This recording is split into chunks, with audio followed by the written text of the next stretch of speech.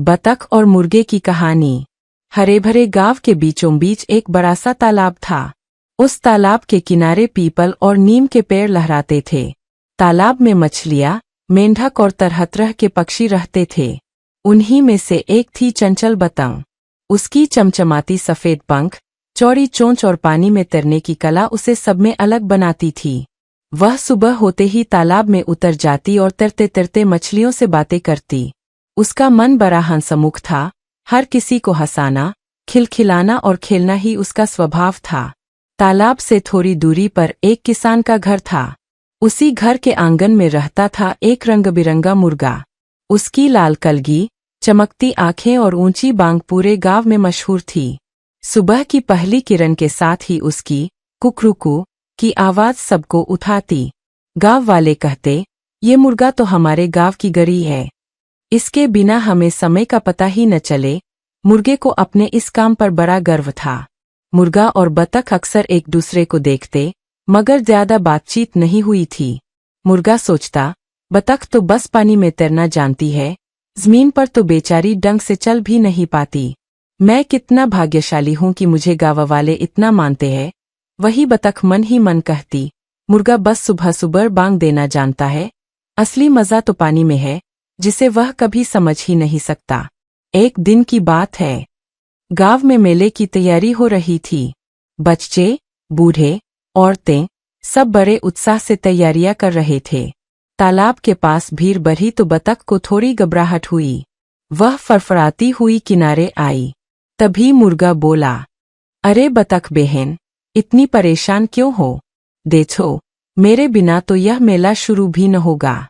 सुबह जब मैं बांग दूंगा, तभी सब जानेंगे कि उत्सव का समय हो गया है।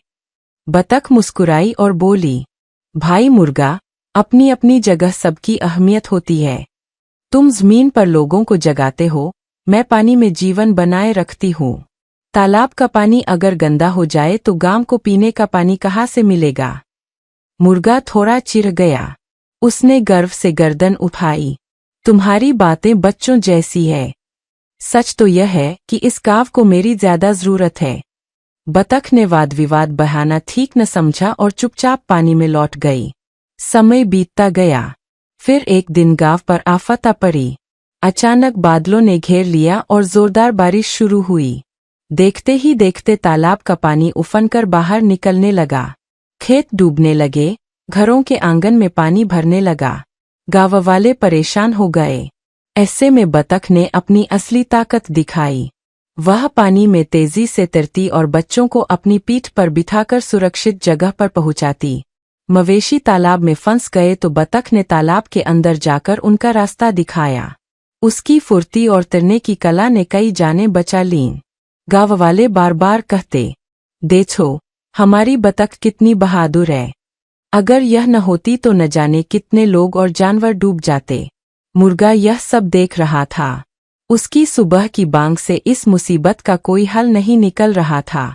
पानी इतना था कि उसके लिए तो अपने डंडे पर चढ़कर बचना ही मुश्किल हो गया। अंत में वही बतख उसके पास तैरकर आई और बोली, भाई मुर्गा, घबराओ मत। मेरी पीठ पर चढ़ जाओ, मैं तुम्हें भी सुरक्षित जगह पहुंचा दूंगी। मुर्गा छेंप गया। उसकी आंखों में लज्जा थी। वह बोला, बहन, आज मुझे समझ आया कि हर जीव की अपनी अपनी खासियत होती है। मैंने तुम्हें कमतर समझा, पर सच तो यह है कि तुम्हारी योग्यता ने पूरे गांव की रक्षा की है।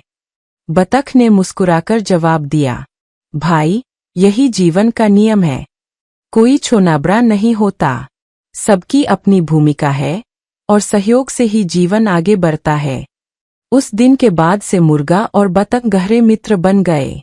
मुर्गा अब हर सुबह बांग देता, लेकिन साथ ही तालाब की ओर देखकर बतख को अभिवादन करना नहीं भूलता।